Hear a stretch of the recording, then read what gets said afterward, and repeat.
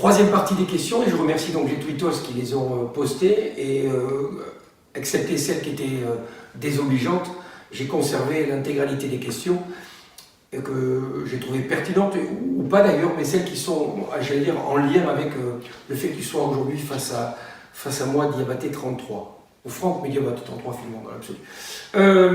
Alors, la première question, je cherche qui les a écrites. Pardon, j'ai pas le pseudo, il m'en tiendra par rigueur, mais il se reconnaîtra.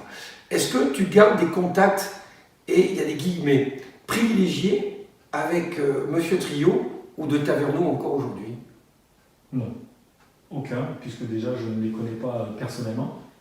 Il est vrai que j'ai déjà eu, comme je vous ai expliqué, avec Jean-Louis Trio, quelques fois au téléphone, ou Nicolas de Taverneau via quelques SMS ou autres, mais j'ai pas des contacts. Ah, par SMS, c'est-à-dire qu'il a ton numéro? Oui.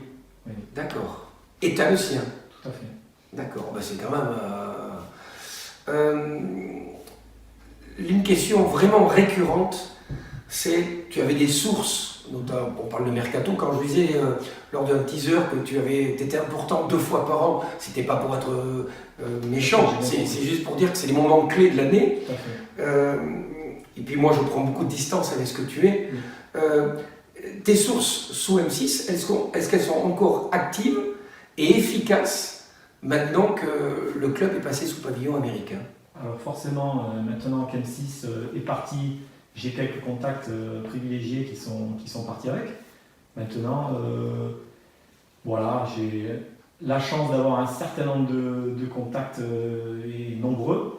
Donc voilà. Quand tu dis nombreux, on est d'accord que là, c'est pas pour te la péter, non, pas du tout. Ou c'est pas pour noyer le poisson, t'en as pas un, t'en as pas deux, t'en as vraiment... C'est exactement ça, c'est-à-dire que j'en ai dans diverses, et des choses qui me paraîtraient même hallucinantes, mais voilà, Par exemple, j'ai des contacts, je pourrais connaître un maître d'hôtel, ça paraît anodin, mais l'hôtel où les joueurs pourraient se retrouver à certains endroits, ça peut servir. Le gars de l'aéroport qui va contrôler tous les joueurs ou toutes les familles avant de partir, contrôler les passeports et autres, je pourrais connaître ces personnes-là parce que c'est un supporter des Girondins. Ou les joueurs, tout simplement. Les joueurs parlent beaucoup, les agents parlent beaucoup, voilà. Et puis après, certains contacts au club, le jardinier. Parce qu'on parle de microcosme, finalement, c'est quand même une... C'est très vaste. Arriver à... C'est compliqué. Je pense arriver à contrôler cela. Et vu qu'aujourd'hui, tout le monde sait que pour avoir des informations ou pour donner une information, on passe par Diabaté 33, ça peut être du moins un moyen. Bien entendu que tout le monde ne le fait pas, mais ça peut être un moyen pour faire passer des messages, mais les gens en profitent. Et donc aujourd'hui, voilà, on va dire que je compte sur un certain nombre de contacts. Ce qui te permet de regrouper les informations. C'est ça. Et les sortir ou non. Et ça, c'est quand même très important. Est-ce que tu te considères comme un corps intermédiaire entre le club et les supporters? Corps nouveau, oui, ça c'est sûr. Je pense que le club a eu du mal à gérer, à mon avis, au départ, parce que je ne savais pas forcément qui j'étais, pourquoi je faisais ça, est-ce que j'étais un ancien salarié pour faire du mal au club ou autre. Je pense qu'au début, ils ont eu un petit souci avec ça. Mais après, ils ont bien compris que j'étais pas du tout dans ce mode-là, que j'étais pas là justement pour faire du mal au club, j'étais là pour faire profiter, certes, de mes contacts aux supporters, et puis pour faire vivre ma passion avec tous ces supporters. Je ne connais pas ton métier. Je me dis que tu pourrais être plombier ou boulanger, parce que finalement, est-ce que ce ne sont pas des métiers qui sont tellement éloignés du football que tu voudrais t'en rapprocher par le biais de ton compte Twitter? Mais au final, est-ce que tu n'aimerais pas être dans le milieu footballistique? Est-ce que tu n'aimerais pas être journaliste? Pas du tout. Pas du tout. Pas du tout. Pourquoi? C'est très simple, c'est que c'est un milieu assez particulier où on leur demande beaucoup de choses, les rédacteurs en chef et compagnie qui leur mettent beaucoup de pression pour avoir l'article. Je vois bien quand je sors une information, ça fait aussi du mal à certains médias. Donc je me rends bien compte que c'est quand même très particulier. Moi, j'ai pas cette pression-là, entre guillemets. Et c'est d'ailleurs pour ça que tu continues. J'en profite. Et que tu prends du plaisir. Je prends du plaisir, bien entendu. Je soutiens la UB87 qui est le Twitter, un des Twitter. Je suis désolé pour le premier, il en a posé de bonnes questions, mais j'ai pas son pseudo qui me pardonne ici. Justement, est-ce que ce changement de direction, est-ce que ça va influencer sur la fréquence et sur la quantité d'informations que tu peux avoir sur le club ou pas? Est-ce que tu penses que tu vas avoir moins d'informations en primaire? ouais. Possible, oui, totalement. S'ils ferment certaines voies, bien entendu que ça pourrait se calmer. Maintenant, bon, je ne vois pas comment, honnêtement. Au vu du nombre de contacts, ça va être quand même très compliqué. D'accord. Alors je pense que les premières questions étaient de je soutiens la UB 87 et que celle que j'évoquais à l'instant était d'El Flaco. Ichi Sanchez te demande si tu pouvais en quelques mots te caractériser et est-ce que tu es dans la vie comme tu es sur les réseaux sociaux? Non, c'est clair. C'est mon moyen de me détendre aussi, les réseaux sociaux. Dans la vie de tous les jours. Est-ce que tu es un frustré? Pas du tout. Non, les gens qui me connaissent, à mon avis, savent que je suis plutôt un bon vivant. Est-ce que tu es malheureux? Absolument pas. Est-ce que tu es un gars triste? Pas du tout. Donc, si, par la situation des Girondins actuellement, mais sinon, pas du tout. Non. J'ai un très bon métier. J'ai une famille, j'ai des enfants. T'es pas ministre? Je suis pas ministre. D'accord. Non, eux sont malheureux actuellement d'ailleurs. Ou pas d'ailleurs. Non, pas du tout. Forza Girondin, une question pour toi. D'où vient cet amour pour les Girondins que tu qualifierais presque d'inconditionnel? Alors c'est rigolo, le soir d'une défaite. J'étais absolument pas dans le football. C'était un soir vous allez vous rappeler sûrement, un soir de 96, finale de Coupe de l'UEFA, contre le Bayern de Munich. Ouais. Et je me suis retrouvé sur le parking du parc des expositions à regarder la finale sur grand écran. Voilà, on m'avait amené là. Et j'ai vu tout ce monde regarder cette finale et pleurer à la fin parce qu'on avait perdu. Et je me suis dit que le foot, quand même, ça procurait des émotions assez intenses. Et voir tous ces gens-là tristes m'a dit, mais c'est quand même étonnant. Donc je me suis dit, tiens, il faudrait que j'y retourne. Et donc, un soir, c'est parti de là. En 97, oui, c'est ça. Donc, quelque part après, parce que la finale avait eu lieu. On jouait à l'époque le maintien. Je crois que c'était le match du maintien d'ailleurs, que je me suis retrouvé au Virachir. Et là, pour des choses beaucoup plus différentes, puisque là, le maintien avait été acquis, donc c'était la fête dans les tribunes. Et donc j'avais eu les deux émotions, et là je me suis dit, c'est quand même super ce sport. Et puis voilà, puis de ce temps-là, j'ai pas raté un match des Girondins, je crois que j'ai dû en louper 2 dans ma vie. Je voudrais... Oui, vas-y, termine. Du moins raté, c'est-à-dire je m'entends, à l'époque on suivait les matchs sur 8FM à la radio, on les regardait à la radio quand ils jouaient à l'extérieur, et puis enfin on les écoutait à la radio quand ils étaient à l'extérieur, et puis on allait au stade à domicile. Voilà. C'est l'occasion pour moi de saluer Franck Istiol, grâce à qui j'avais eu des places pour la finale. Donc voilà, c'est comme c'est. Maintenant il y a jurisprudence. Franck, si tu, par bonheur ou hasard, tu vois cette vidéo, te remercie encore d'avoir pu. Je les ai payé les places, hein, mais je les ai eues grâce à lui. Et puis une pensée, tu parlais de 8FM. Pour tous celles et ceux qui ont travaillé dans cette radio, qui à l'époque était la radio des Girondins, j'embrasse Éric Jean-Jean notamment, et Hervé Gaudy, et Jean-François Mourant et tant d'autres. Quels sont tes plus beaux souvenirs? Tu parlais de ces 2 matchs-là, qui sont des moments stigmatisants finalement, mais est-ce que tu as, en dehors de Milan, en dehors de ces matchs dont tout le monde parle, est-ce qu'il y en a un qui revêt pour toi une quintessence de supporter au-dessus des autres? Le premier titre qu'on a fêté, donc c'était en 98-99, là le soir on gagne à Paris, donc 3-2 sur un but de Fainuno, donc j'étais à la Victoire, dans un bar à la Victoire avec mes cousins. Et t'as filé après J'étais donc même pas majeur à cette époque-là, et j'ai filé à l'Escure, donc on a fini sur la pelouse en train d'arracher un morceau de pelouse du parc l'Escure, et donc ça c'était énorme. J'ai ramené ça chez moi, là c'était un Tu l'as gardé? Oui. Ah non, je l'ai plus aujourd'hui. Est-ce que tu habites où? Tu ne nous as pas dit. À Bordeaux. Oui. Où? À Bordeaux. Celle-ci, j'aime beaucoup, de France Jo Goussada, je crois bien. Serais-tu prêt à sacrifier ta couverture au club pour donner une info précieuse aux supporters? Si j'avais pu le faire, je l'aurais déjà fait, puisque comme je vous ai dit, des infos j'en ai à revendre, donc non, jamais. C'est-à-dire que justement... Tu restes intègre quand même. Il y a un certain nombre d'informations, je suis prêt à perdre une information, à partir du moment où on me dit qu'il ne faut pas la communiquer parce que ça va faire... Quand tu dis il ne faut pas, qui te dit il ne faut pas? Ça pourrait, mes contacts en général, des contacts privilégiés ou autres, qui pourraient me dire que si vous diffusez cette information, ça pourrait compromettre un transfert ou autre. Donc dans ces cas-là, je ne diffuse pas. Quitte à passer pour celui qui n'avait pas l'info, ça ne me dérange pas, tant que le joueur signe et que derrière, voilà. Il me reste 5 questions à te poser. Diabaté 33, et en te remerciant d'avoir joué le jeu de la transparence, puisque je le redis, et les journalistes qui ont fait pressentiment peuvent en témoigner, je ne divulgue pas les questions, pas qu'elles soient confidentielles, mais parce que j'ai envie d'avoir l'émotion de la réponse. Comment tu envisages la suite de ta carrière sur Twitter ou sur les réseaux sociaux? Est-ce que finalement, si tu n'avais plus d'informations, est-ce que ça s'arrêterait? Oui, totalement. Alors après, Girondin Info s'arrêterait, maintenant Diabaté 33, lui, serait toujours là, à mon avis. Après, j'ai pas forcément réfléchi à la question, puisque pour moi, ça reste un plaisir. Je le vis comme un plaisir de le faire. Je le fais parce que ça me fait plaisir d'informer les supporters. Je ne suis pas payé pour faire ça. On ne me donne rien, et je ne demande rien d'ailleurs, c'est pas du tout le but.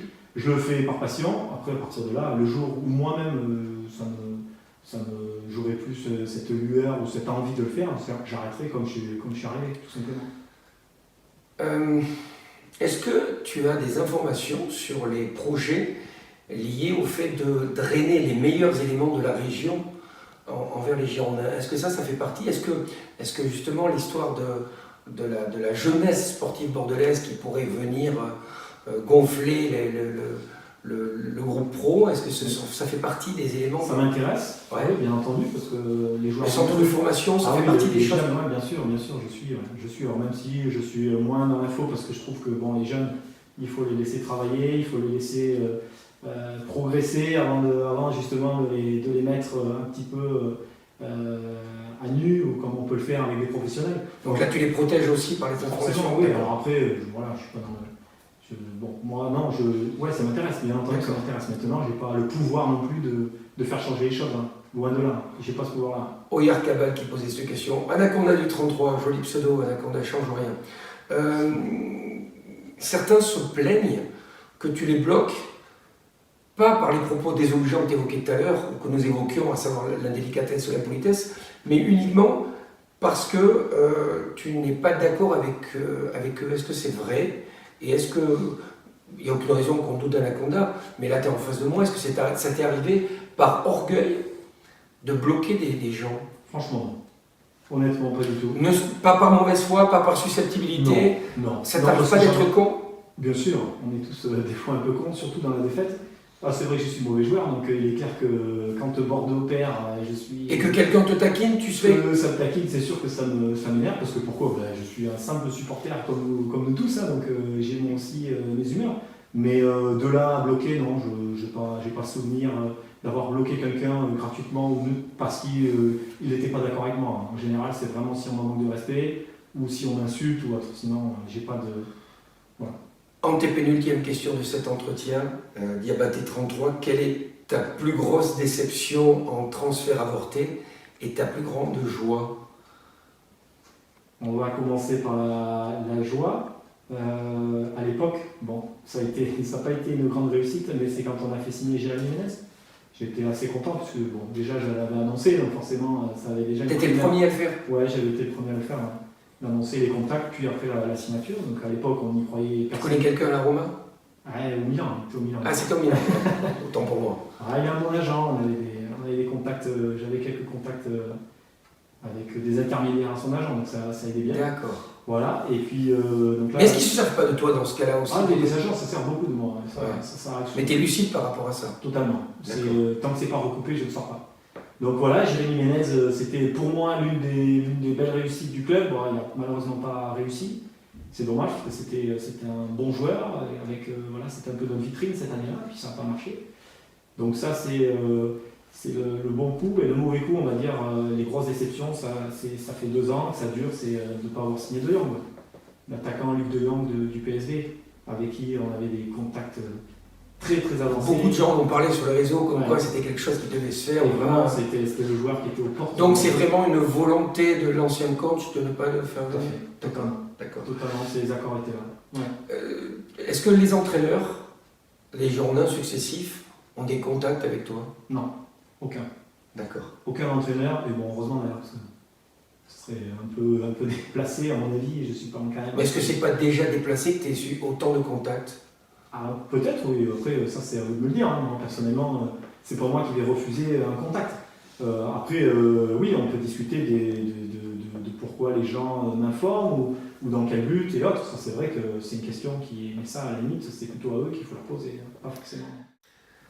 Diabaté 33, avant-dernière question, est-ce que tu es dans une démarche du scoop? Est-ce que tu as envie toujours qu'on associe Girondin Info ou Diabaté 33 à la primeur des informations de transfert ou d'informations inhérentes au club?